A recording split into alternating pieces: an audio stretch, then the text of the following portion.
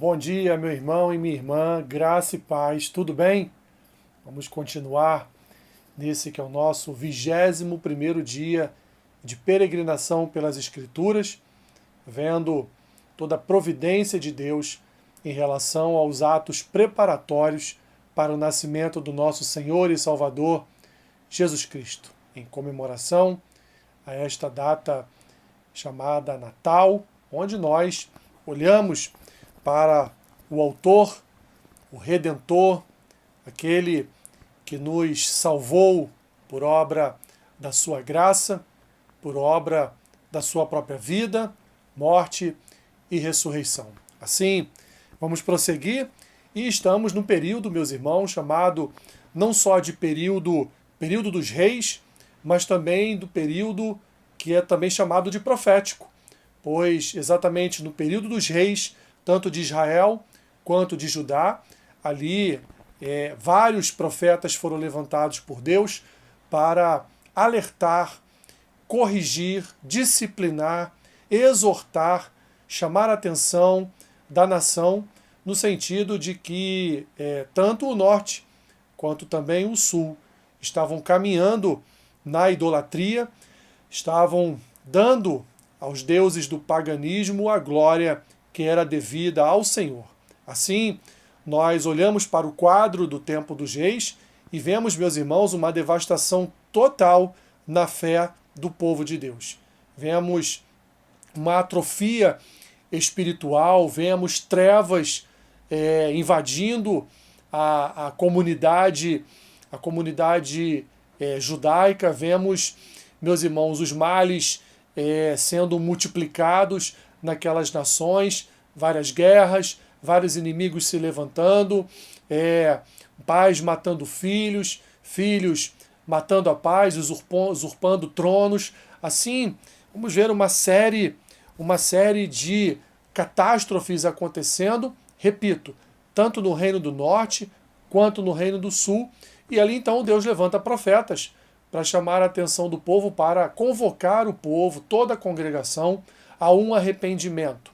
Da mesma forma que houve a convocação para o arrependimento, para que se voltassem a Deus em arrependimento, houve também a promessa de um juízo grave, sério, um juízo catastrófico sobre, em primeiro lugar, sobre o norte e depois também sobre o sul, quase dizimando a nação de Deus, o povo escolhido por Deus para representá-lo na terra. E dentre esses muitos profetas que surgiram naquele tempo, alguns com registros aqui nas Escrituras, temos que o mais importante, pois é o profeta que nós chamamos de profeta messiânico, foi Isaías.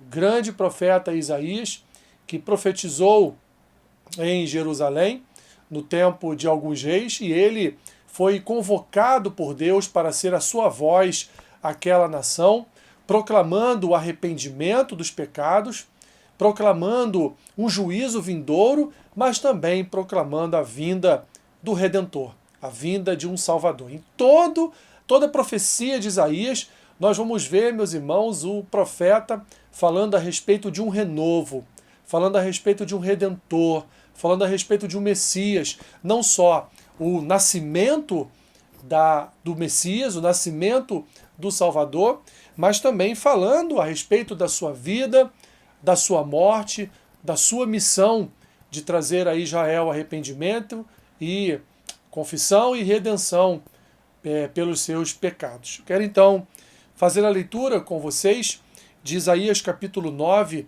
que diz assim: Mas para a terra que estava aflita, não continuará a obscuridade. Deus, nos primeiros tempos, tornou desprezível a terra de Zebulon e a terra de Naftali. Mas nos últimos tornará glorioso o caminho do mar, além do Jordão, Galiléia dos gentios. O povo que andava em trevas viu grande luz, e aos que viviam na região da sombra da morte, resplandeceu-lhes a luz. Tens multiplicado este povo, a alegria lhe aumentaste. Alegram-se eles diante de ti, como se alegram na ceifa, e como exultam quando repartem os despojos. Porque tu quebraste o jugo que pesava sobre eles, a vara que lhes feria os ombros e o cetro do seu opressor, como no dia dos midianitas, porque toda bota com que anda o guerreiro no tumulto da batalha e toda veste revolvida em sangue serão queimadas, servirão de pasto ao fogo, porque um menino nos nasceu, um filho se nos deu, o governo está sobre os seus ombros e o seu nome será Maravilhoso Conselheiro, Deus Forte, Pai da Eternidade e Príncipe da Paz, para que se aumente o seu governo e venha a paz sem fim sobre o trono de Davi e sobre o seu reino, para o estabelecer e o firmar mediante o juízo e a justiça, desde agora e para sempre. O zelo do Senhor dos Exércitos fará isto. Que maravilha, meus irmãos! Isaías, centenas de anos antes do nascimento do Redentor, já por obra do Espírito Santo, profetizava a respeito daquele que seria chamado de maravilhoso conselheiro, Deus forte, Pai da eternidade, Príncipe da paz.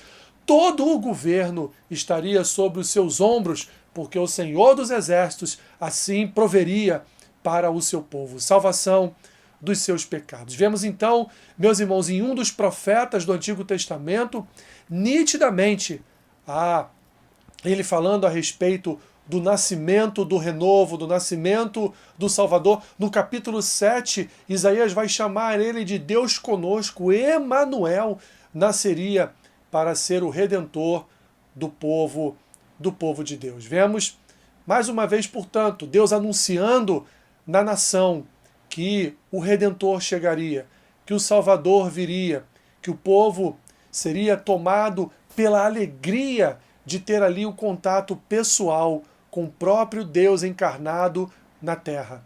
O Emanuel, o Deus conosco, o maravilhoso conselheiro, o Deus forte, o Pai da eternidade, o Príncipe da paz, sobre os seus ombros estaria todo o governo, todo o poder, toda a autoridade. Ele seria a luz das nações, ele seria a alegria dos povos. Jesus, meu irmão e minha irmã, nasceu para ser a nossa alegria, para ser o nosso Salvador, para ser o nosso Redentor, para nos conduzir ao arrependimento dos nossos pecados e nos dar vida eterna e paz com Deus. Ah, Senhor, obrigado. Obrigado porque a Tua palavra converge para a vida, morte e ressurreição de Cristo. A Tua palavra, desde a antiguidade, nos ensina que o Redentor viria para salvar o seu povo dos seus pecados. Agora, nesse momento histórico, através dos profetas, o Senhor avisará, proclamará, anunciará um futuro Redentor que virá, nascerá para salvar o seu povo dos seus pecados. Obrigado, Senhor, por este dia. Abençoe o dia do meu irmão e da minha irmã. Seja com eles, Senhor, suprindo em Cristo Jesus cada uma das suas necessidades. É o que eu te peço. E assim eu oro em nome de Jesus. Amém. Meu irmão e minha irmã, que o Senhor te abençoe rica e abundantemente. Amém.